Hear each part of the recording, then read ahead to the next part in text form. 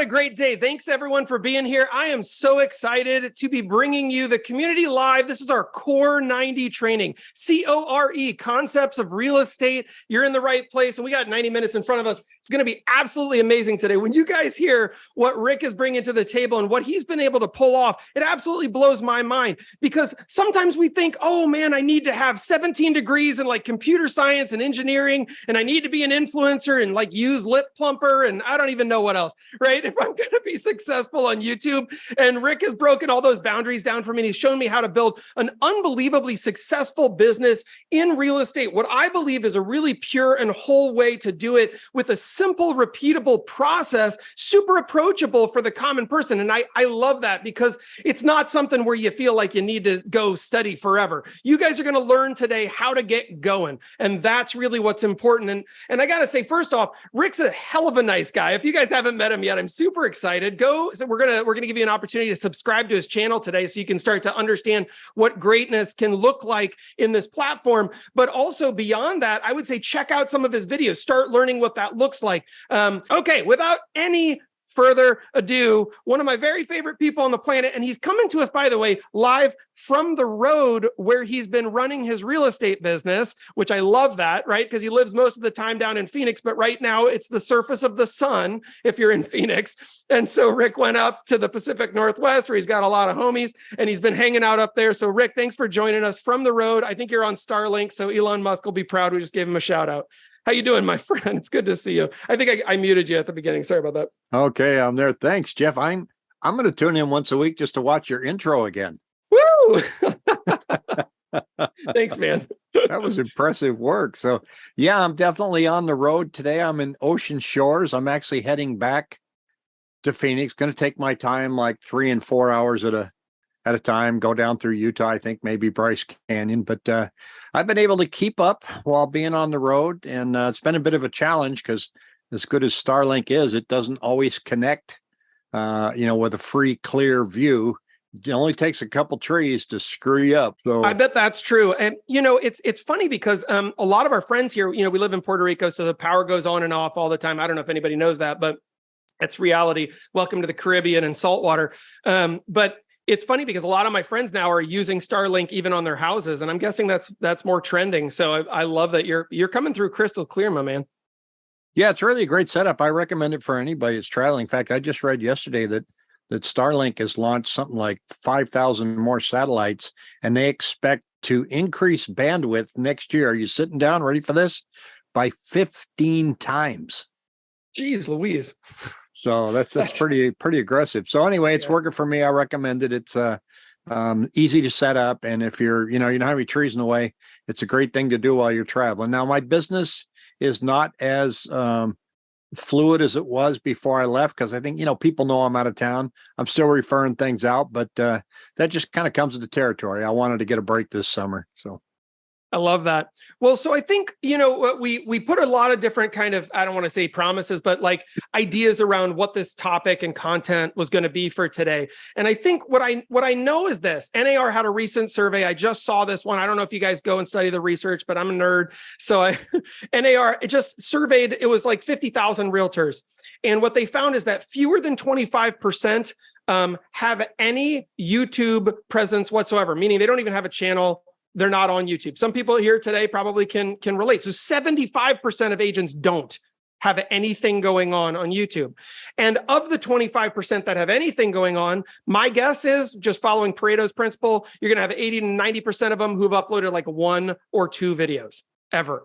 So you're looking at a very small percentage. We're talking 2 to 3% of the total realtor base who are engaged in this space. So is this important? I don't know. You tell me. It's blue ocean strategy. And that's what I love about this. So I think, Rick, I'm going to get out of your way and kind of let you get into what do you think people need to know? What's the proper path going forward? How did you get started? Like, I think part of it for me is also just you telling your story, because it's an exciting thing to hear about. Like, how did this all happen, and how did you get to where you are? And then what do you recommend other people do? Okay, I'll make it simple. I'm going to break it down to 3 buckets for you. One, how did I get started? And importantly, why you should do it. And then how to do it, but I'm not going to go into great detail. I'll just show you where you can get your resources and how you figure it out like I did. And then what not to do, because I learned a lot, doing things the wrong way. But I think for me, I always had a YouTube channel, but it was just out there and I didn't know what I was doing. And I didn't know how to live stream. And I really wasn't good at uploading videos and putting in titles and keywords and all of that stuff. And here comes COVID, and they go, hey, real estate industry, stay home for 2 weeks. Well, I thought real estate was toast. And I'm watching all these young kids on YouTube doing these videos where they were giving you the updates on when the next stimulus check was going to show up. And, they weren't experts in congressional activity or anything. They're just doing a little digging through Google and going, hey, we hear the next one's coming out in a couple of weeks for $2,000. And they were getting, 50,000 views, 80,000 views, and they're making over 20,000 a month just doing that. And I thought, well, why don't I just update people on what's going on in Arizona real estate? I have a great data resource called the Cromford Report. So, well, now I have to learn how to share a screen. And so I had to learn how to go live. And so the first time I went live was with one of my lender buddies. And I said, hey, let's go live today. And he goes, how do we do it? And I said, I don't know. Let's just try it.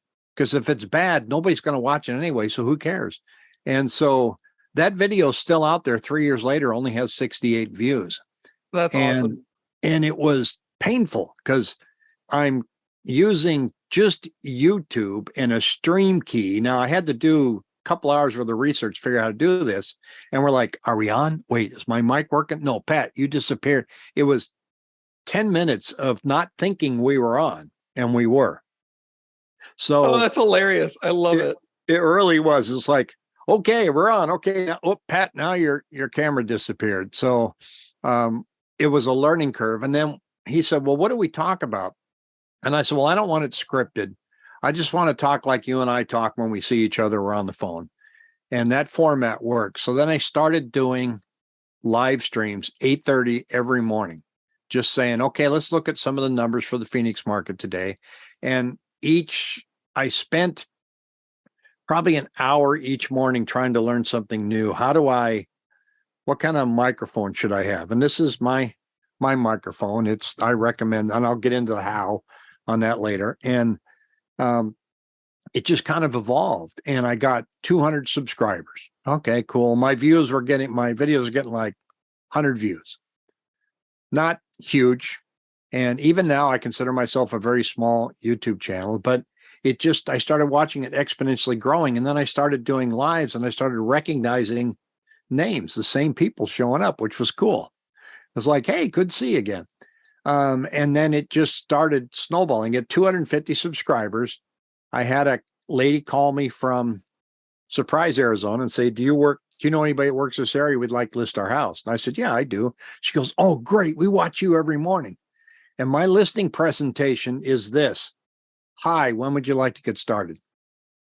I love that. I've learned it already.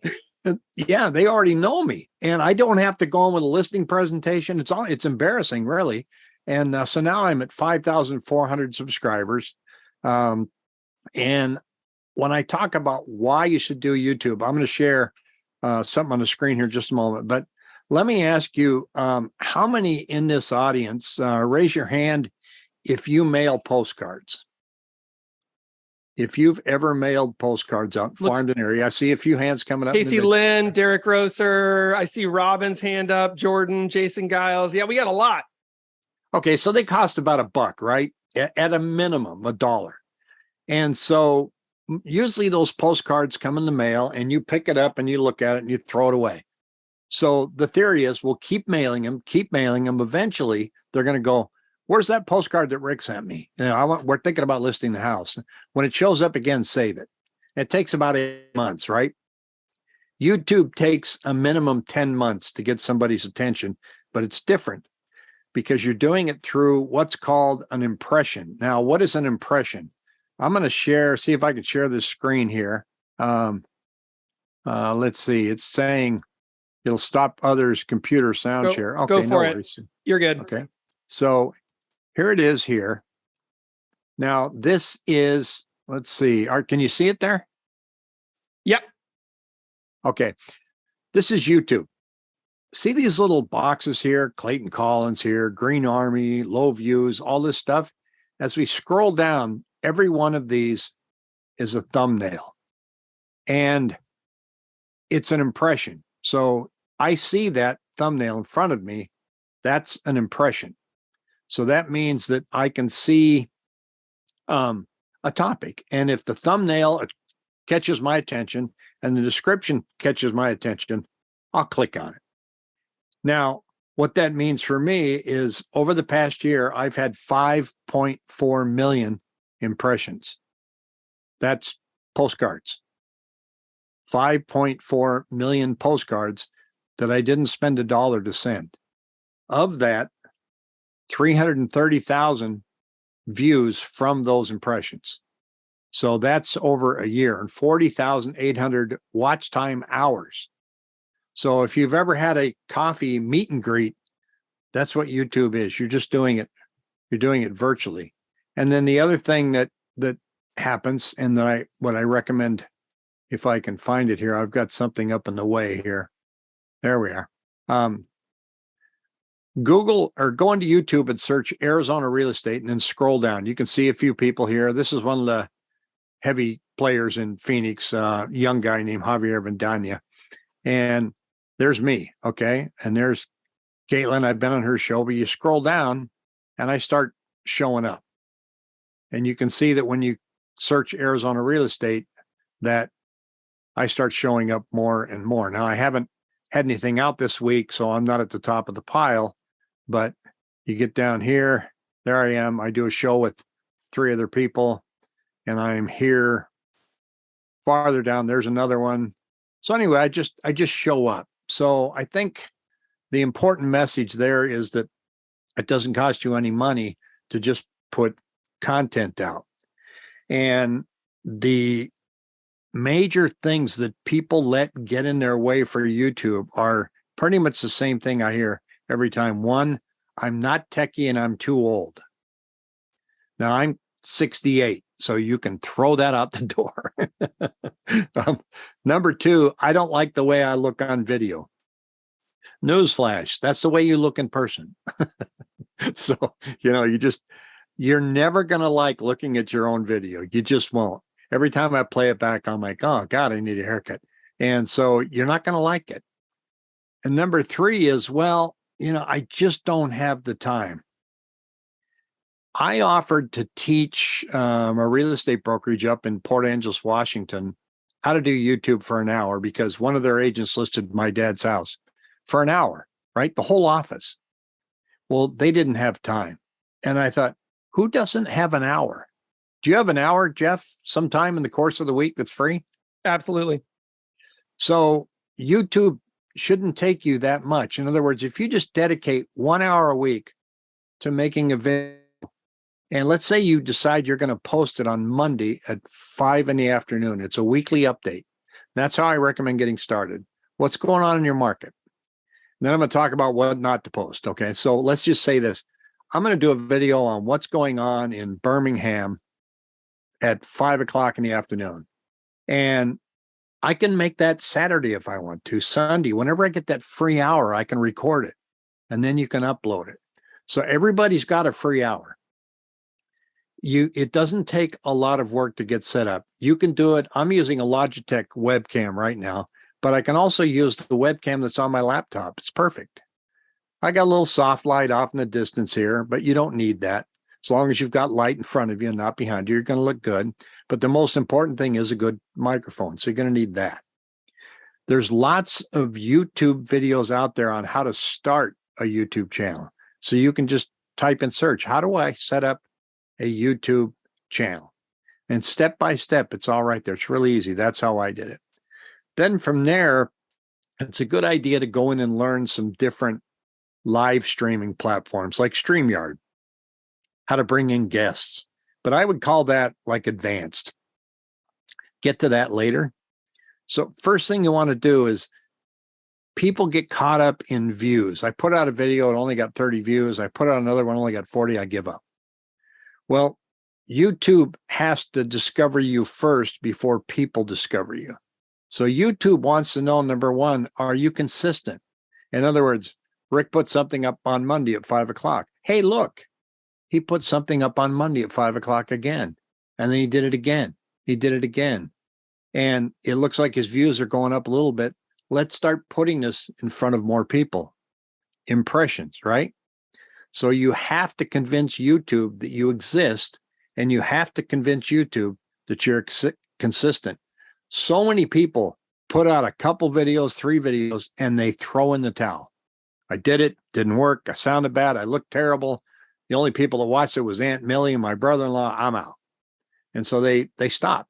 So then YouTube says, well, we're not going to spend any time with Rick anymore because it doesn't look like he's here to stay.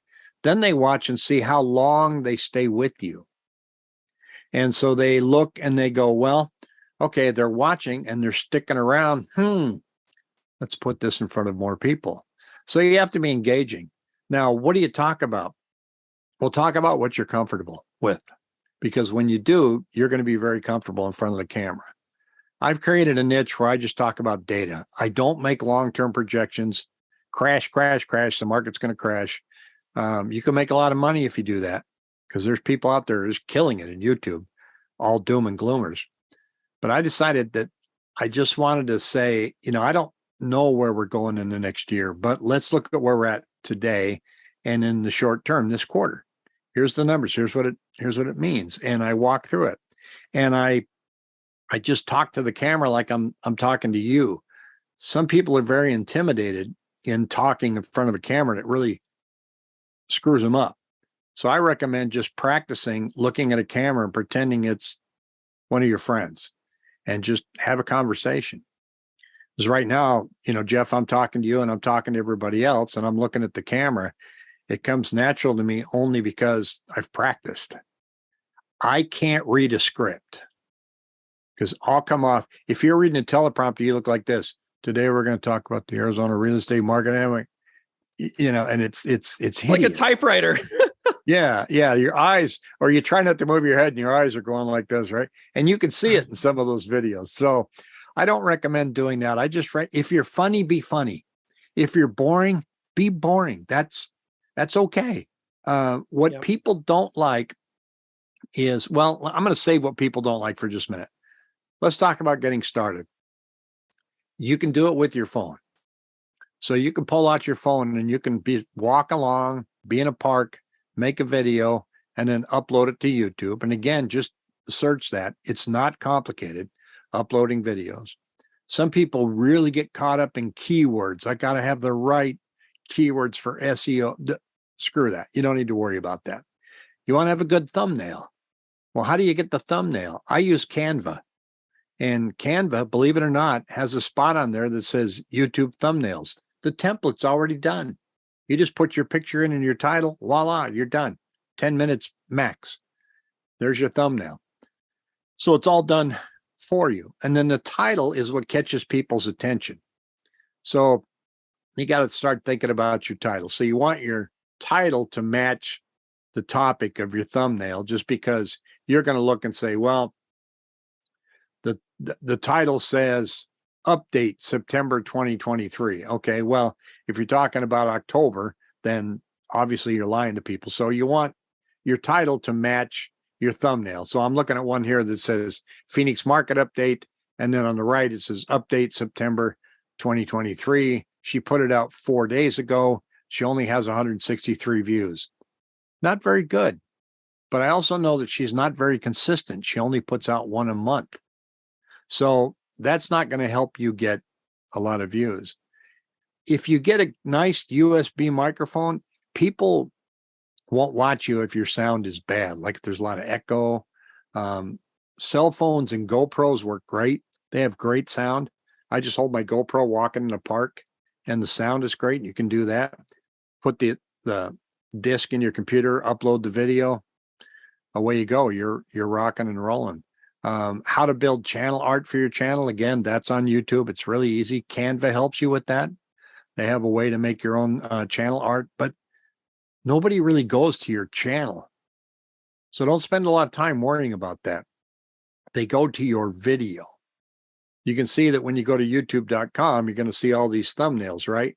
That's what people go to. They don't say, I need to find Rick's channel. They don't care.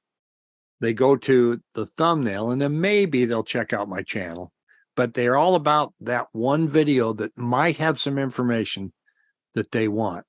When you have a 1972 Dodge and it needs a new radiator, you're going to go to YouTube and go, how to change a radiator in a 1972 Dodge, right? And you're going to want to get right to it. So now I'm going to jump into what you shouldn't do. If I'm going to a video on how to take a radiator out of a Dodge, I don't want your introduction. Hi, I'm Mike the mechanic. I'm in East New Brunswick, New Jersey. I've been here since 1972. My hours are, I'm gone. I want to show me the bolts. I fast forward, or I just wish you would speed up. Get to your content. So many agents get on and they do what's called a call to action right off the bat. Your call to action is I call kill the video. Don't do a call to action. They already know you're an agent, right? I mean, if you're on there and you're talking about real estate, they don't think you're a florist. So they realize that you're an agent. So if you're doing one on where the market stands in Chandler, Arizona today, get right to it. So you want to start the video and go, welcome. We're talking about Chandler, Arizona today. Man, have I seen some weird numbers, and we're going to dive into this. And then you can put in a little tiny stinger, like a short little intro. It just goes whoosh with the logo and whoosh out. That's the most I recommend. Some people go, hey, we're going to talk about sales in Chandler, Arizona. Hi, I'm Rick McHone with eXp Realty. I've been a real estate agent for 10 years, and we're going to look at Chandler, Arizona, and my contact information is below. If you ever need any assistance buying and selling, be sure and contact me. They're gone. Nobody wants to be sold. But if you start and say, we're going to take a look right now what's going on with Chandler, Arizona real estate. Take a look at this. Let me show you this first chart right off the bat. Now that's a hook.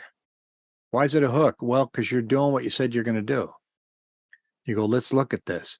And here's what I think it means. I don't know, maybe not. Looks like the market's starting to slow down. We're going to have to watch this again. I do this every week, so stay with me. If you like this, hit the like button.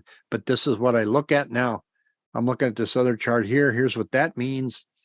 And then towards the end, you can say, hey, do me a favor, smash that like button and tune in next week. Have a great one. Take care. And then put in an ending video. Just a little logo that comes in and comes out. That's it. I'm a firm believer that call to action kills the video. What do you think? I can totally get that, because you know what's interesting is there's a channel that I'm following right now a ton, because I live in the Caribbean and we're about to have a Category 5 hurricane go just north of us. I mean, just barely north of us. Like we're gonna eke by. I think fingers crossed, everybody. So it'll mess up my hair if it comes where it's supposed to. So which. But what's crazy is there's this guy, his name is Mr. Weatherman. He's awesome. And his channel's dope. He does great content. He gets right to it, just like you're talking about. It's not some big sales pitch to like smash the like, subscribe, and I'm this and I'm that. And it's all about me and look at me. And it's not some big long, I wouldn't watch it. I've been on those channels I've bounced every single time, because I'm like, I really want to know what's going on with the weather, not what's going on with what you want me to do. And I've already subscribed to him. That's the funny part. He didn't ask me to. I mean, maybe he did at the end of the video. He might have done that, or it might be like a graphic that shows up or something. I don't even remember, to be honest with you. I'd have to go back and look, but it's just so transparent. So what I like about this is that you're value forward. You're like, here's exactly what you want. People will subscribe to that. They're not like, listen, they're not unfamiliar with the fact that there's a subscribe button. You can remind them, but just don't do it at the expense of them getting what they want first. I love that. Yeah. And then have fun with the like button too. I mean, the like button tells YouTube, obviously, that people like your video, right? But every time you go, don't forget to hit the like button. Sometimes I'll throw in and go, today, if you push the like button, it increases our likelihood to get some rain here in Phoenix. Yeah, exactly. Pushing the like button helps you lose 2 pounds a week. And so people chuckle and then they hit the like button. So you got to come up with a different reason to hit the like button, And so I'm going to go like your channel right now. I'm going to go like it as we speak. I need to lose 2 pounds. Yeah. A lot of times I forget, but I'll notice that if I throw in a little thing like that, I'll end up with 100 likes really easy. And then in the comment sections, go back in and thank them for watching. They'll make a comment. Thanks for watching. Even if they hate you, I just say, thanks for watching. And don't get into arguments with people. You're going to have people that are going to tell you that you don't know what you're talking about. You're an idiot. I watch Nick Nimmin, there's a couple of YouTubers out there that are all crash. And people keep telling me, you need to have them on your channel. I go, oh, thank you for that. Well, probably not.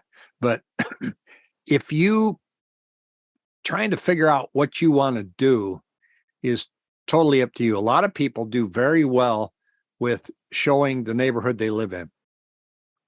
So for out-of-state buyers, they go, I'm in Sarasota, Florida. Let's talk about what we have here in Sarasota, Florida. And you can showcase the neighborhoods, the schools, the prices, the stats, and then next week come out and go, well, how are sales in Sarasota, Florida? Last week I showed you some of the homes and the community features here that you can see that link above, and you can just keep dovetailing off of that. The hard part about this is you've got to go out with your GoPro or your phone, and you got to film things, and you got to come back and edit. I rarely edit. I use StreamYard. And so StreamYard lets me talk to you like this, share a screen, remove it, talk to you, share a screen, and then click an outro. Boom. And then I'm done. And hey, then Rick, I just upload it. Because I'm curious, I learned about StreamYard, I think from you, which is exciting. And I love that. And you're also using open broadcaster software. Is that right? Like OBS? Yeah, I was using that originally for doing a lot of streaming, but I found it really hard to use it to bring on a guest. So I moved over to StreamYard, but I'll use open-based software to record because it's got all kinds of flashy little features. But yeah, it's cool, right? Yeah. And for anyone who doesn't know, StreamYard allows you to do like a lot of the kind of like sticker-based, I call them stickers because I think that's what helps people understand, like sticker-based graphics. Like if you look at my screen right now, I can add something and get rid of it, like things like this that kind of come on there. You can even do like little, animations, but StreamYard allows you to do that kind of stuff live. And then you can stream to like 8 different places, I think, if you have their like base level platform or something along those lines. I don't remember exactly the details. Yeah, you can. I also add a ticker at the bottom of mine, Jeff, that says, here's how many listings we have today. Here's how many new listings came on board. Here's how many went under contract. And I put all the stats down there and people could see them. That's like a news roll that goes across the bottom, right? Yeah, it's really cool. And people really appreciate it. And so, whether or not you're doing that live or just doing it as a recording. Now, the downside for the type of videos that I've got is they don't have a whole lot of organic growth, because if I'm showing you what's going on in real estate today, that's old news next month, right? So you're going to go back and see, Rick was talking about August, so I have to keep doing it. I'll put a few things out. Like I did one on the water situation in Arizona. You got 25,000 views. And it was just me walking around with a GoPro talking about conservation efforts. It's a hot topic. People like to talk about it. And you can do the same thing. So if you take the worry about what do I sound like and what do I look like and just provide content, none of that matters. So people will find it. Also understand it's going to be 10 months before your channel gets traction. Some people get really lucky. In about 3 months, they take off. It's going to take you 100 videos to find your voice.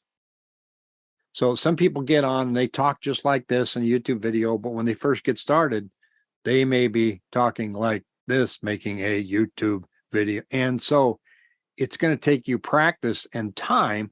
And I think about 100 uploads. That sounds like a lot, but I've got 1,100 uploads, I think. But it's just because I consistently do it. So my schedule now, when I'm not traveling, is usually a live stream 8:30 in the morning, an upload on Wednesday evening, I'm with another team of realtors on, we call it Arizona Real Estate News, and my lender on Thursdays. And then I do a Friday live with my lender. Then I have an upload for Sunday night. So it's pretty aggressive.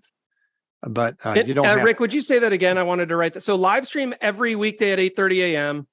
And then you're uploading on Wednesday, you said. What is that video? pretty much any topic that I decide to come up with. Yep. And now there's a difference between YouTube, how they promote your live stream and how they promote your video. So if you upload, it's a different audience, believe it or not. The advantage of going live is that people connect with you and ask you questions. The audience is way smaller. Mm-hmm. But it'll replay later too, right? So, but we like the Friday live with Pat, my lender, because he loves answering people's questions and stuff. And Pat and I have a lot of fun when we do it. I mean, on average, how many people are showing up for those lives? About 60. Geez Louise. All right. So everyone think about this really quickly. How many people talked to 60 people live yesterday about real estate? Rick can raise his hand. Anyone else? That's the power of this. It's like, oh, well, I'm not sure if this is going to help me. Dude, he got 5.4 million impressions last year. And how many hours was it of view time? You said, was it 4,100 or something like that? 40,000, I think is what it 40,000. Yeah, no, you're right. It was like 41,000. So 41,000, that's like 150 hours a day. There aren't 150 hours in a day. Well, and then look, if you only got 5 people watching you live, when was the last time you sat down with 5 people? And so, we get disappointed if we go live and only 2 people showed up, but we're spending bucket loads of money trying to generate leads so we can meet one person in a coffee shop. Yep. So here's what I don't do anymore, Jeff. I don't do open houses. I sold my open house signs. I don't pay for Zillow. That's a ballsy move. I don't pay for Zillow leads. Yep. My first big year after COVID, which was 100% YouTube, was 7 million. Next year was 6.7. Yep. Not one open house, no door knocking. I hate cold calling. I got recognized in a Costco in North Phoenix. I got recognized going to pick up my Verizon phone. They go, you're my YouTube guy. And I went into a pub in Gilbert. The guy walks up and goes, Rick helps. I go, what? He goes, I'm Sean. I was just watching you live. Oh my gosh. It's so cool though. Like that's the power of this. And when you were showing how those metrics to me, what's interesting here, and just for anyone who's like on the fence about this, the thing that I like is that, and we've said this before on different Core 90 trainings, but if this is your first one, or if you're really thinking about it from a different perspective today, social media versus YouTube are 2 different things. Social media is quick up, quick down, right? Oh, I did a TikTok video and I got 6 trillion views. Yeah, but they instantly have no idea who you are. It came across, they watched it, it's gonzos, and then it never comes back around the block again.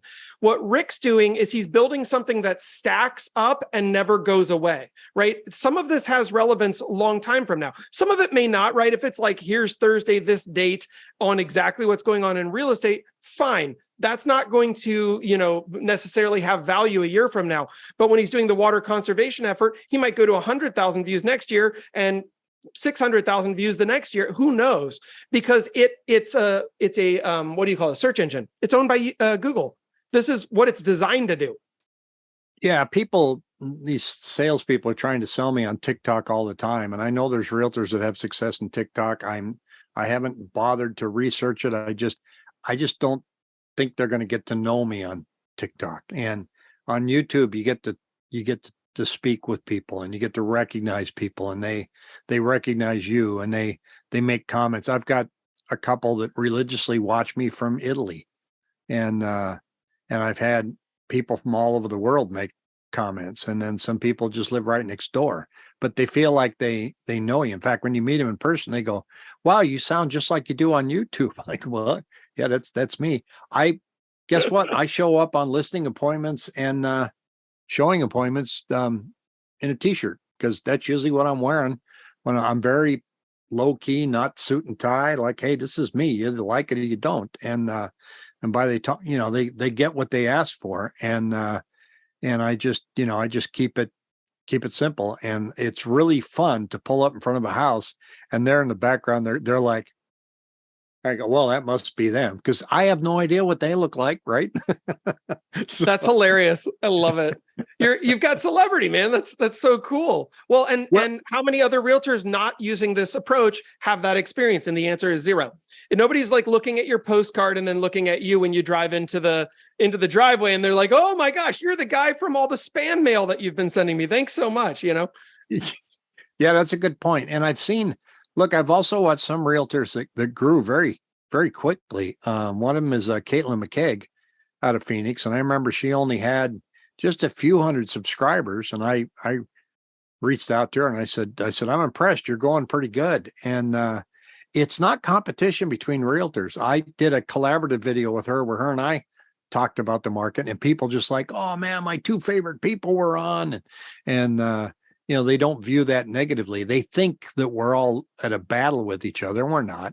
And so it's not, think about it. I've got 40,000 views a month on average, right? And how many realtors are in Arizona? 60, 80,000? Yeah, it's like 80,000. So I'm the number 4 agent when it comes to views in Arizona for YouTube. And it just happens slowly over time. I think one of the other things to keep in mind too is that YouTube hates Facebook. So if you put a YouTube video out there and then you shared the link on Facebook, YouTube throttles you down a little bit if they say that all your views are coming from Facebook. Makes sense. Weird. Well, that is a competition for them, I bet. Yeah. So they don't like that. The other thing is that where I've made some mistakes was that my thumbnails were terrible. I put too much content into them. If you can get away with 3 words in your thumbnail, that catches more attention. And then put more detail in your title. But I was putting all kinds of stuff in there. And so I've made that mistake. Yeah. So if you just reduce it to 3 words, you're fine. And then experiment with different colors and things, and realize that nobody's going to watch your content when you first get started. And the other thing I don't like that people do that I see all the time. Now, I'm going to tell you, there's a reason you should do it and a reason you shouldn't, and that is property tour videos. Okay. If you do property tour videos, then you need to understand your channel is not going to grow. Because when was the last time you got on YouTube and said, Gilbert, 3-bedroom, 2-bath home? Never. You did that on Zillow. And a property tour video is, maybe you'll get 60 views, but you're never going to have a growing, vibrant channel because of property views. Now, put the video up there because your client wants to see it, but make it an unlisted video, not public, unlisted, so you can share the link on all your other social media. Share it in your emails, share it in your newsletter, share it on Facebook. When people see it, the clients love it, and you go, oh, I've had 150 people look at your house already. That's great. But using that to grow your YouTube channel, that's a killer. It won't happen. That's awesome. And it's interesting because I do see a lot of that. And I think it's everybody just trying to figure out, like, what content do I do? And so let's talk about this really quickly, because I love your daily or your weekly rotation. I love that you do a weekly session with your lender. That's really cool. And I've watched those. By the way, I am one of your viewers. I watch your stuff. I don't watch the live. I've got to confess, I watch them on the post play because it tends to be late at night when I'm consuming YouTube content.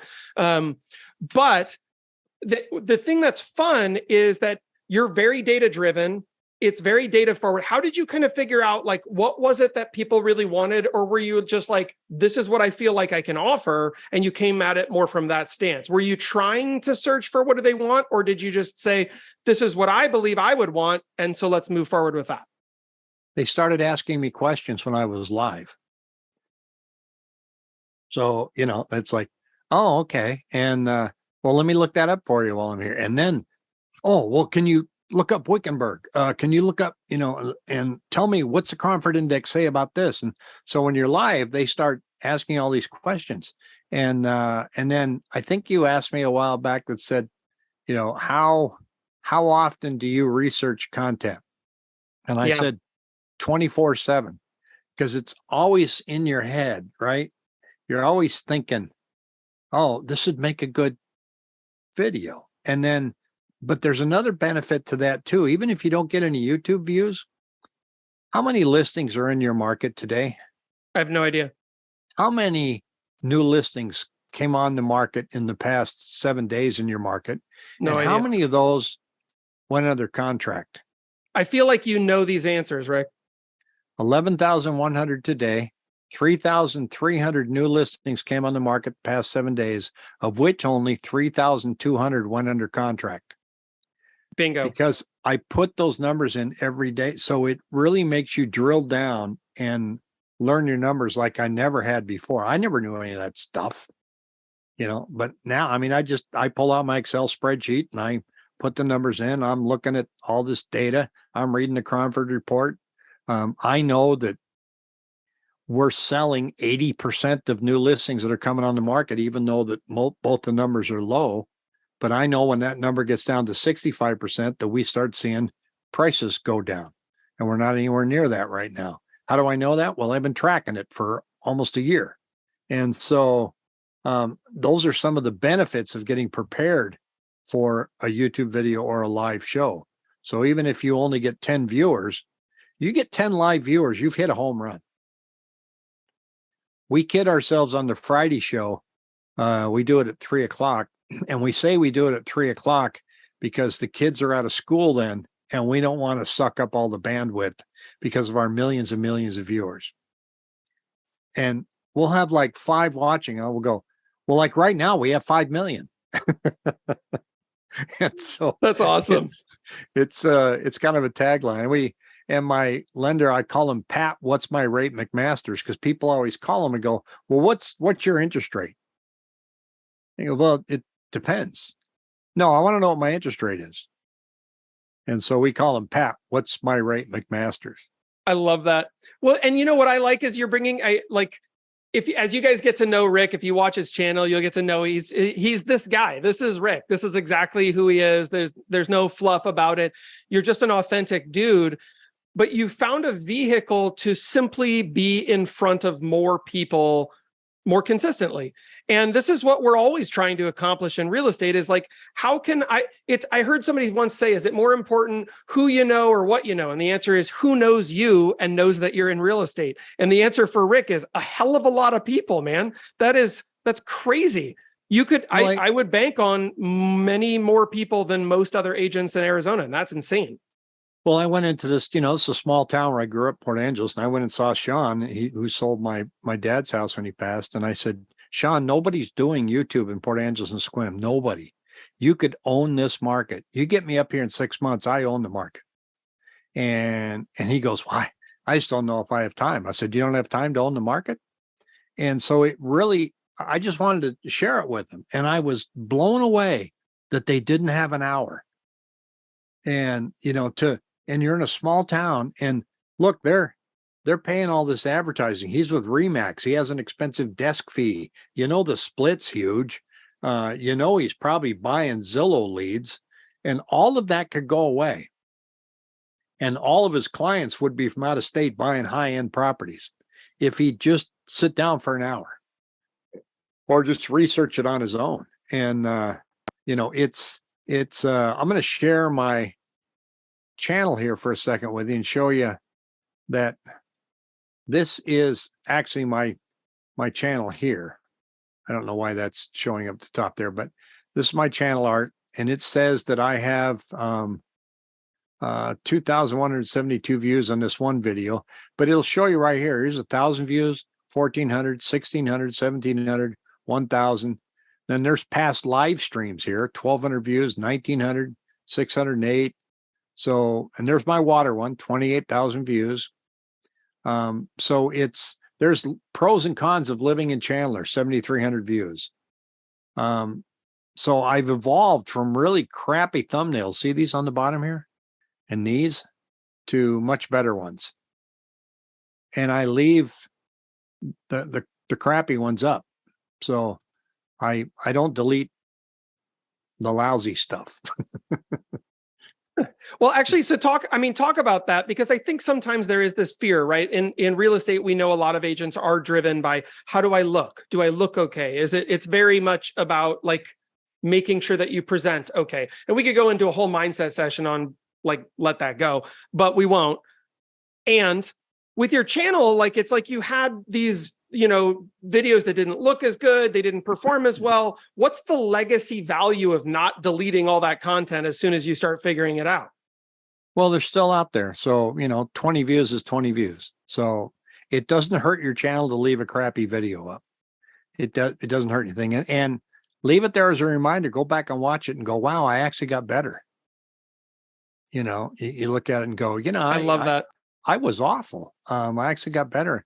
And I saw we had a question there, Jeff, on who makes my thumbnails. And I don't have anybody. I had a company that was helping me for a while, and I fired them. But I'm going to show you a Canva. You know why I fired them? Because I felt like the only thing they were helping me manage my YouTube channel.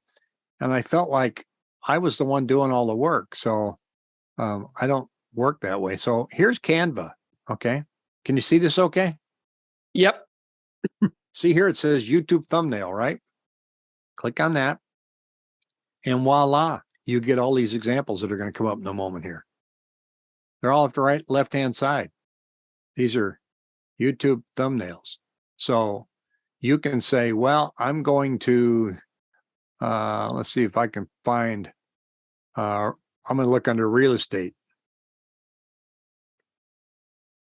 and just see what kind of examples there are. There you are. Okay. So I can click on this. How to become a real estate agent. Well, guess what? I can take this picture and dump it and put my picture in. Okay. So I've already uploaded some mugs of me, and you can see I've got all kinds of stuff in here. And so I can take a scowling mug of me right there. And then I can click on the picture and edit the photo, and it'll let me remove the background. Watch this. Bam. Then all I have to do is change the title.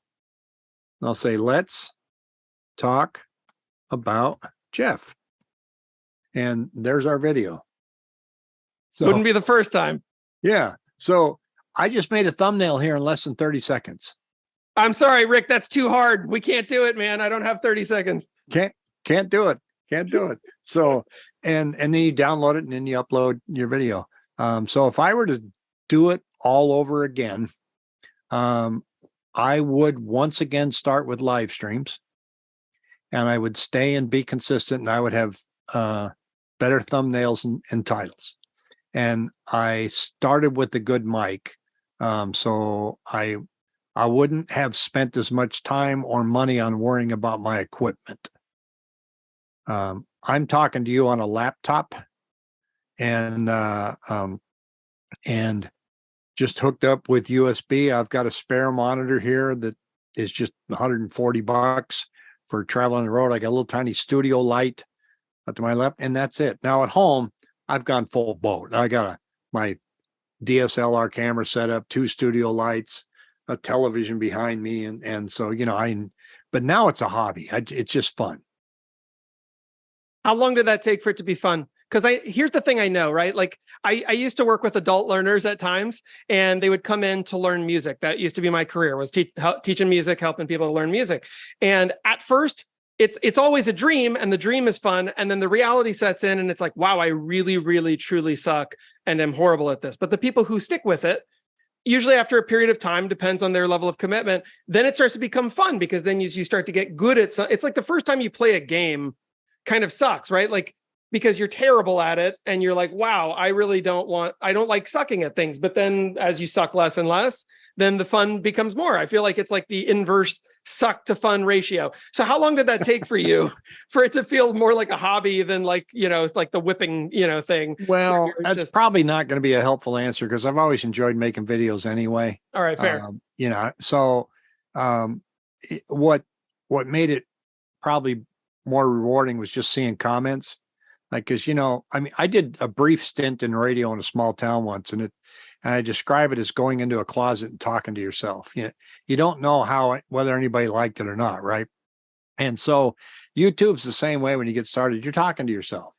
So the only feedback you get are comments, and some of the comments are brutal. You don't know what you're talking about.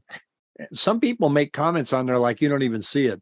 This guy's an idiot. Like, and then I go, thanks for watching. They're like, oh shit, didn't know it, So it's when you start getting positive comments, then you go, okay, I've actually, reached one or two people that like my content. And then I try not to let their comments dictate my content. If somebody doesn't like it, it's like, well, I guess that's one out of, 40,000 views. I don't, sometimes it gets under my skin a little bit. I mean, it will, but it's always fun. It's rewarding to make the video and then put it up. And sometimes I make real mistakes. Like I put up one, I think it was last week.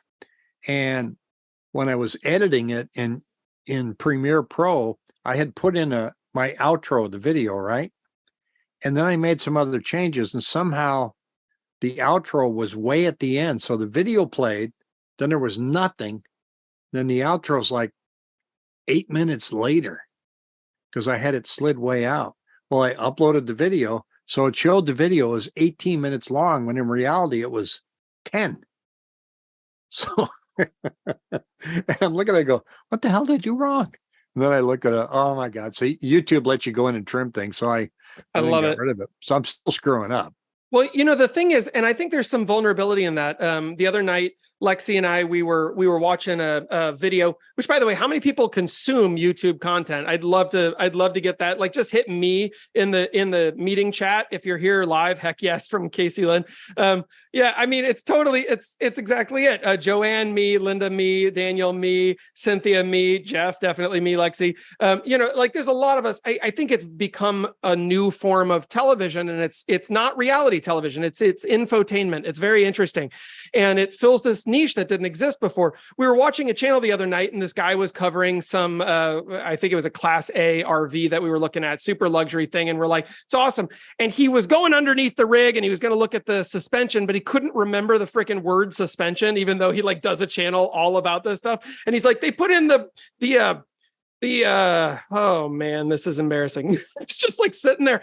And I loved that he didn't like go back and edit it out. I loved it because I got a good laugh. And then finally, like, I think it was his wife or something was like, suspension. And he's like, yeah, that's okay, fine. And just kind of kept going. And it was, but that authenticity. And then I looked at it, probably had like 24 million views, because it was, I don't know, very relevant to people who are looking for that. And it's a global audience instead of hyper local. What is your goal, Rick? Like, what do you want to reach? Or have you even thought that far ahead? Or are you just enjoying the ride? I'm just enjoying the ride. I want to do this strictly on a referral basis. I'd like to just bring in leads and give them to people. That's what I did this trip. I'm actually, I'm trying to wind down in the physical part of real estate, going out, showing homes, setting up lock boxes and everything, and just refer it out. And if I can generate a lot of leads and activity through YouTube and then just farm it out, that's a perfect world for me. As far as number of views, I get paid about, I don't know, right now, $200 a month in YouTube, 250 through AdSense.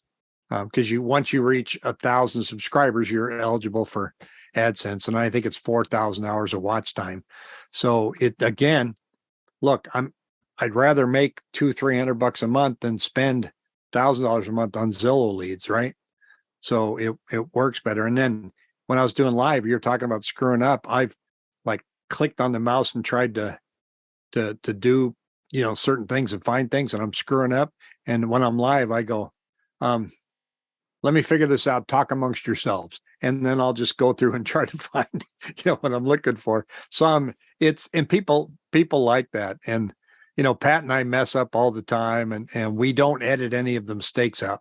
I may go in and edit out a throat clearing moment or something, but sure. You gotta leave it. You gotta leave it because if you show up and you're not anything like the YouTube person, they're going to be disappointed. And the other thing is, Well, I don't know what kind of content. Well, go in to YouTube and look up real estate in wherever state you're in or whatever city you're in, right? There's your content. You can copy it. You can copy the topic. They don't own the market. So if you see something that intrigues you, like if I go down and just go through some of the topics that are coming up today in real estate on YouTube, I can find several of them. Like here's one here. Will I ever be able to afford to buy a house? Okay. And there's another one here that says the housing market's in serious trouble. And so there's your topics. So you can say, well, I'm going to go through there and find something that interests me. Watch the video, copy it. Not word for word, but copy the topic and maybe the title. They won't be offended. They might be. If they are, just be better than they are. There's always competition. Your job is to just be better than they are. And the best way to be better is just to be authentic and be short in your content. Leave them about 8 minutes long. Live streams, I go about 30, 40 minutes. We just go until people are done asking questions. But on video content, I leave them at about 8 minutes. After that, they're kind of bored. Well, and do you find that probably reduces your bounce rate on the video too, is my guess? Well, YouTube measures a couple things. They measure click-through rate, your impressions versus how many people clicked on that thumbnail, like we started with. Okay, anything above 6% is considered, good. So I average about 8. So 8%, 6 to 8% of the people click on the thumbnail. Then you look at retention. Now, every YouTube video out there is going to look like this. They're watching and then they drop off because we have the attention of a goldfish. We look and go, oh, it's interesting, but I'm not staying. And they click off. But then some of them stay. And so and then you have a little gray bar there that shows your retention. I may be able to pull some of that up here and show you, but I would call that advanced YouTube. When you start getting a bunch of videos, you're going to want to go in and dissect them a little bit. But if you're just starting, I would encourage you to just don't give a rip about analytics. Just say, I'm going to look at that later because it'll get in your way. You're going to go, oh, this didn't perform well. I'm not going to do it anymore. Just ignore it. Kind of like your 401k, right? Oh my God. So, you don't want to pull up anything that might be discouraging because you're already going to see that your views on that video was like 35. And it probably took you an hour to make it, an hour to upload it. Well, next week, it's only going to take you 45 minutes to make and 45 minutes to upload. And every week, it's going to be less and less. Next thing you know, you're going to be cranking the whole thing out in less than 20 minutes. You're going to record the video, you're going to upload it, done.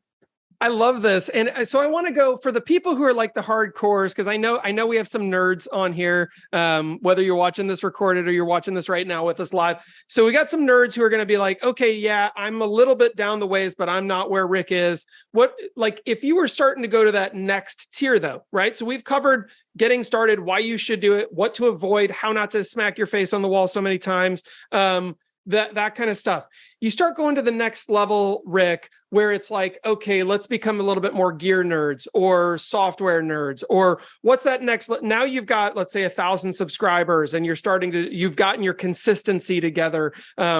Because I will say, by the way, for folks who are looking at doing this, your cell phone camera is a good camera. It's not a great camera. That's fine, but it's good. And it will outperform, just actually also, so you guys know, I had mine on a thing over here for a deal earlier. This side there's Lexi's face. This side over here is less powerful than this side over here. That's the better camera, just so everybody knows. If you are going to use this, I know that's challenging to do if you're trying to do selfie style, because we all like looking at ourselves.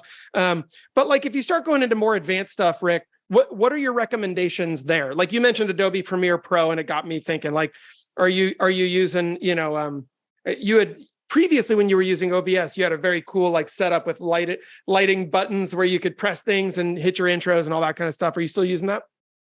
Yeah, I do. You can program everything in to make it really easy. And you just kind of like go from this scene to that scene because you know how OBS is. Now, OBS, that was a learning curve. I mean, and I did it all from YouTube. In fact, my boys are really impressed that I even learned it. My middle son calls me level 16-year-old Twitch, which if you're a gamer, you know what that means. So I learned how to do it by one click at a time. I would watch this guide video and pause the video and then go in and do that, and then pause the video and then do something else. And Yep. so I use OBS not as much as I used to. I like using StreamYard because it's quick. Easier. So it's just quick. So I would recommend finding software that you're comfortable with. And I think what I like about StreamYard is you can bring on a guest, and your guest, don't bring on title people. Nobody cares what title does. Now ask me how I know that. Because you watch the analytics. Person. Yeah, I brought on a title person. Like, they don't care. It's boring. You know, what do we do? Well, we look title insurance. But I interviewed a guy about water, you know, a guy with the county. And I interview other real estate agents, lenders, people that understand the bond market, you know, just bring them on, and StreamYard's really good for that. It's easy to banter back and forth. I think equipment wise, you know, don't scrimp on your internet connection. If you're going to do live streams, make sure you have a damn good connection. Because my friend Pat, his sucks, and we're battling with that all the time. And I don't know if he's got Verizon 5G. I don't know if he's got it in the wrong room or what, but every once in a while he freezes up, and it gets kind of annoying. I also got a selfie stick for a GoPro. So if you're out walking around with a little GoPro, you know, these things are great. You know, you can show things that are going on. You can, you know, and talk, or you can turn it around, and, you know, they don't cost that much. Or you can use it, set it up, put it on your desk. So, you know, there's all kinds of little, you can equipment yourself to death. Getting a DSLR and hooking it up to your computer takes some work. It takes some research. You don't just plug it in. You're going to need some interfaces. You're going to need a good graphics card. But that tends to geek people out and make them not want to do it. Because I've seen some really successful videos with just simple phone or GoPros, or, you know, mostly cell phones seem to be the best way. They're there for the content. Yep. And unfortunately, the most popular content on YouTube right now are the crashers. You see a thumbnail, housing to crash 30%, prices plummeting. Guy's been saying this for 2 years. There's 2 of them out there. And gosh, one of them even ended up on Fox Business News and CNBC this month. And he's probably making $30,000 a month off of his YouTube channel. Well, one of these days, his content isn't going to be valid because either we have already crashed or we never did crash. He's been wrong for 2 years already, but he's probably the #1 real estate YouTuber out there named Nick Nimmin. And another guy in real estate mindset, you'll see it. Yeah. And so you can get views if you're negative. If I put a red thumbnail up with a nuclear explosion, I get more views with that than I do something cheery. Yep. Yeah, that makes sense. Well, humans are drawn toward negative. I mean, I think the I don't remember the exact statistics, but it's like we have 7 times more negative words in the English language than we do have positive emotion words. It's interesting. Joanne asks, by the way, in the chat, she says, "Can you give a few more ideas of guests that you've had that were good?" She said lender, water expert, kind of who else made sense in your market at least. Yeah, the water guy was pretty good. I asked him to explain to me, you know, what is the real situation with water in Arizona, and he rattled through the stats and what's going on, and, you know, and like a little caveat that says, well, when a housing project replaces a farm, believe it or not, they use less water than the existing farm. Didn't know that. So as you're marching through Gilbert and you're building more housing, but you took out the cotton farm, there's less water being consumed. Where's the water come from? How much of it comes through the ground? So people, you know, they gravitated towards that. I interviewed Tina Tambour from the Cromford Report. She's the one that compiles all the data. She got on the show and talked about what was going on. Every once in a while, rarely though, I'll pull in another agent that's doing well on YouTube in my market, like Caitlin. Sure. Or there's another one named her name escapes me right now, but I bring them on and we go, well, here's what I'm seeing. What are you seeing? Right. And then we try to do it live, because then people are just peppering us questions. And they're like, oh my God, the two of you are together. We have pretty much similar views. You can look at your YouTube channel and it says people that viewed you also view these channels. And it's interesting. Mine, people that view me also view all those negative guys. It's the same audience. And so I don't want to have, I've been asked to have them on the show. And I said, well, I don't want to get into an argument with somebody. So I don't want to say I'm right, you're wrong. I don't want to do that kind of video. I get it. I just want to say, here's what we see. You can pretty much pick. Some people have experimented, like the local florist or something, and those don't do that well. They want you to pretty much stay within the industry or the environment. So if you wanted to talk about a city, you were lucky enough to get the mayor on, that'd be a good video. Totally. Well, it makes sense because people are, if they're watching your channel, they're interested in real estate and what's affecting real estate. So the florist's business doing well or not doing well is not affecting real estate. So there's a disconnect there. But whether or not water is going to be available for people who live in Arizona seems to be affecting real estate. So it's great alignment, right? So I love that. And so I think it would be just for everybody. It's like, what guests could I talk to where what they're going to talk about directly impacts the value of real estate, how quickly real estate is moving up and down, if they have, unique market knowledge. I love that you had the gal from the Cromford report on there. That's a baller move. Really, really, really good stuff. We're at about 15 minutes remaining, and I want people to have an opportunity to ask a few more questions because I'm positive that there are some. But before we do that, Rick, did you have anything else that you wanted to make sure that people knew today? And then we can Q&A it, and then we'll wrap. Well, there's a guy out there, his name, he's got one rental at a time. His name's Michael Zuber, and he puts out more content I've ever seen in my life. And I will tell you that his thumbnails are awful. They're hideous. They're too crowded. And his setup is really bad. He's like down here and he's got these shelves, but he knows what he's talking about. He's talking about one rental at a time, buying investment properties. And he has billionaires on that give financial advice. He interviews people several times a week. He batch makes his content, and he's making $80,000 a year from YouTube. And he's selling his book and his course, and he's made $1 million from doing that.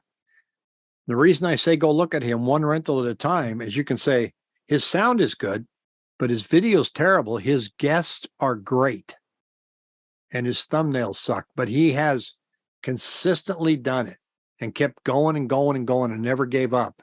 And he's a winner.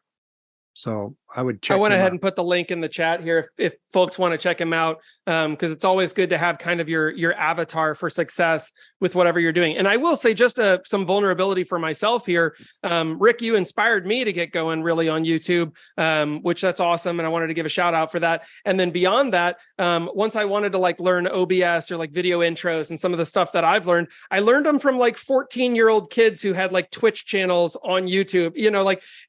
It was so dumb. I was just watching, and I'm like, this kid seems to really know what he's doing. I mean, his video intro was rad. So well, the first challenge you have to do is you got to find a how-to video that you can actually understand. Yeah. Sometimes they're well, we take this, we do this, we do that. I can't, Click. That's awesome. Yeah. You're like, I can't work through the accent. I love it. Well, okay. So, let's see. What else? Emily Stagg says, what else is the Cromford report? Is that only for Arizona? That's only for Arizona, but there is a data service called Axios, AXIOS, national data, and you can drill it down to local data. It's a paid service, just like that's Cromford. Awesome. I'll put the link for Axios as well. Axios or I'm sorry, Altos. ALTOS. Got it. Altos.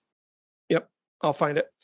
So we'll put that in the chat. Any other questions that people have for Rick? Somebody who's And Rick, I'm just curious, how many of those warm calls are you getting? Like, let's just say per month or per year, or what's a good metric to kind of understand what's happened at this level of your build? Well, since I've been traveling, it's really gone down like nothing. Sure. Before I left, it was a minimum one a week. One a week saying, hey, I'd like to work with you. Yeah. Or, hey, I just wanted to talk to you. I had some questions thinking about selling my house next year. What are your thoughts? Hey, I live in California. Can I talk to you about this market for a minute? So about one a week. Yeah, that's huge. So that's 52 warm calls a year. So, if you'd like to have that, that's something to consider for the folks on here. It's more than a Jeff, hobby. I wanted to add this. Every one of them say the same thing. Every time you say, hello, this is Rick, they go, hey, this is Bob. I've been watching you for over a year. I wanted to give you a call. Nobody called and said, I've been watching you the past few weeks. So that tells you how long your long-term game has to be in YouTube. I've been watching you over a year. Well, and that's huge. It also takes the pressure off. So if you start doing this build out right now, and then 6 months from now, you're like, why am I not worth $3 million? It's like, okay, well, hold on, just stay consistent. I mean, would you think that consistency, is that like the word of the day here? Is once you start, just figure out your weekly agenda and stick to it so that you don't move around? Yeah, because you're doing two things. One, you're teaching your audience what you want them to see. And two, you're teaching yourself. So if you're not consistent, you're not going to learn anything. So you have to learn what you really stink at. And I used to make a lot of Facebook videos, and my son and I used to try and teach real estate agents how to make videos. And we always said, you'll never have a good video until you make a crappy one. And it's just the way it is. Yeah, I think that's true. It's like anything else. I've tried golfing, and I will tell you, I am not Tiger Woods. So, I assume if I kept going. I've hit some of the finest houses in the country, so I got that going for me. There you go. Broken a lot of windows. That's exactly. Right. Caused some brain damage to somebody down there. That's awesome. Well, any other questions from the audience before I see one here about a team, Jeff? Okay, so yeah, Casey Lynn says, if you're on a team, is there a way to upload your personal videos, like let's say on your own page, and then tag the team page? And I mean, I'm sure there's a lot of different ways to handle that, Casey. What I would think about just in the comments down below. If you look at like Rick's, he's got a here's how you reach me thing. Just put the team website there instead of your own, you know what I mean? Like just point back to the team. Yeah, so you can. There's things called upload defaults when you get into YouTube, and you don't have to type that every time. You just put in that stuff, and then every time you upload a video, those defaults are already in there. So mine will have, click here for financing, go to my website. It cracks me up. I got some YouTube expert that reached out to me 2 weeks ago and goes, I can really help you with your channel. I'm a YouTube expert. Send me your contact information. I'm thinking, well, you're not much of an expert if you can't already notice that my contact information is in the description. Thanks for playing. Like, really? That's amazing. Yeah, I'll be right there.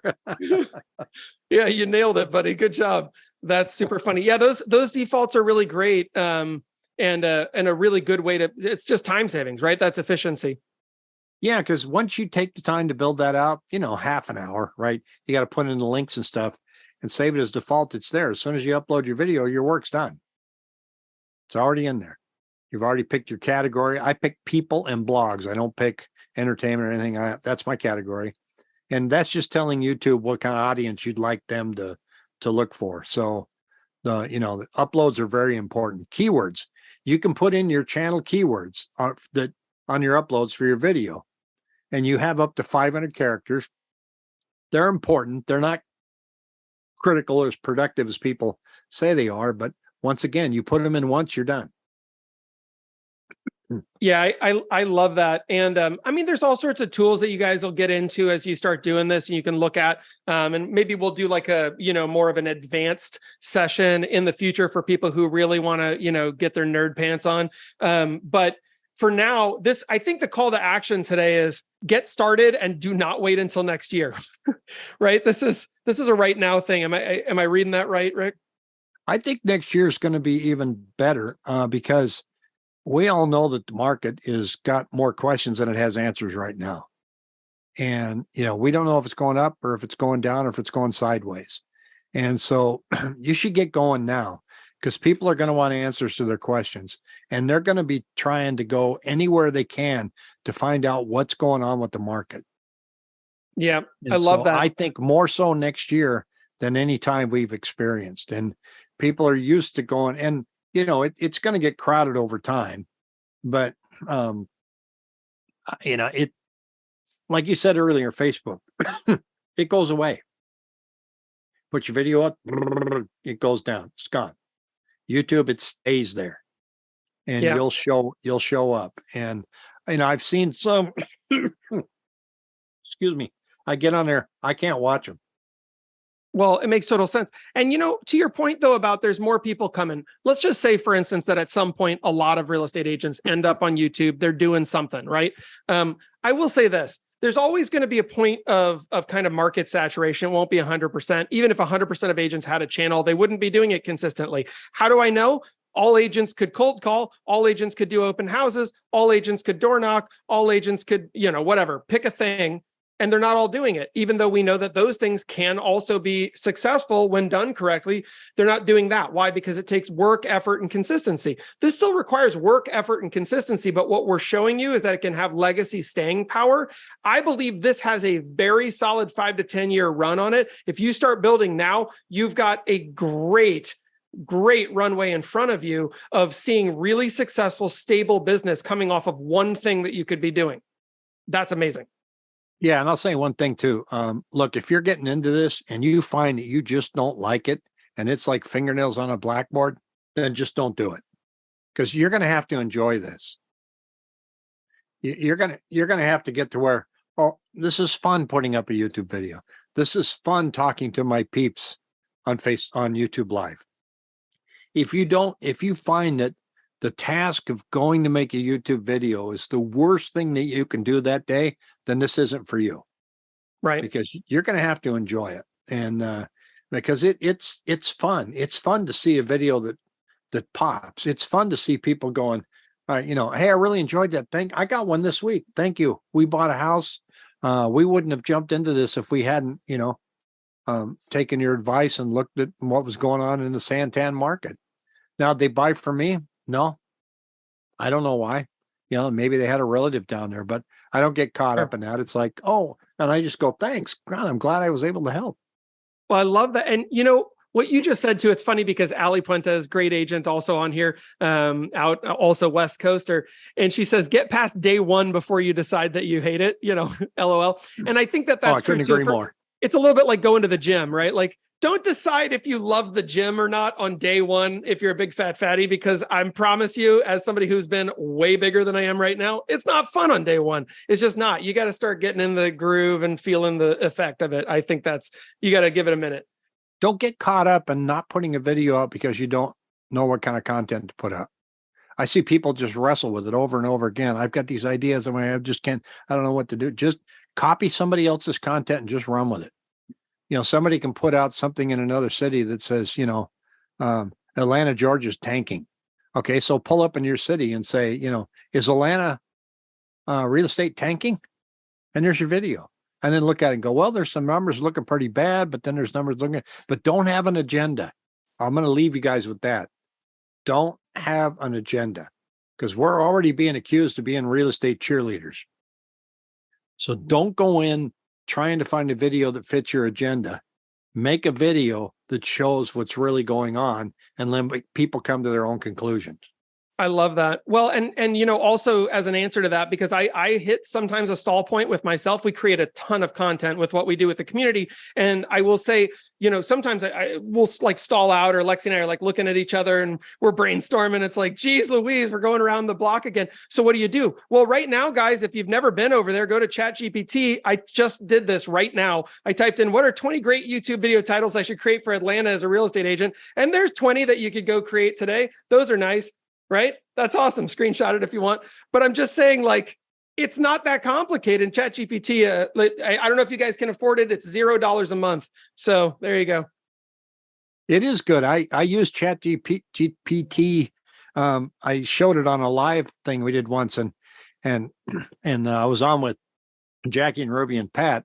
And I said, I asked Chat GPT to make craft a kind email letting Pat know that he was too ruggedly handsome to be on our YouTube show. and I kind of turned on some background music like, "Dear Pat." And it was so funny telling him that, that he's too distracted for, and then I typed in, tell him that his hair should be restyled. And so, it was so funny. It just, I love it. Well, and what I love is that you're just bringing yourself to this. I mean, the reality is Rick is not being contrived. He's not doing this because it's clickbait. He's not like, here's how to get everyone to click. He's just being himself. I can tell. And this is a compliment. I love that you're pure to who you are. You're doing exactly what you love. You're not trying to be someone that you're not. And yet, guess what? Likes attract likes. He's got 5.4 million or whatever it is impressions. That number keeps blowing my mind. That is absolutely insane. And, I don't know. How many times have you had to use lip plumper in order to pull that off, Rick? Well, I mean, I just got out of the spa here.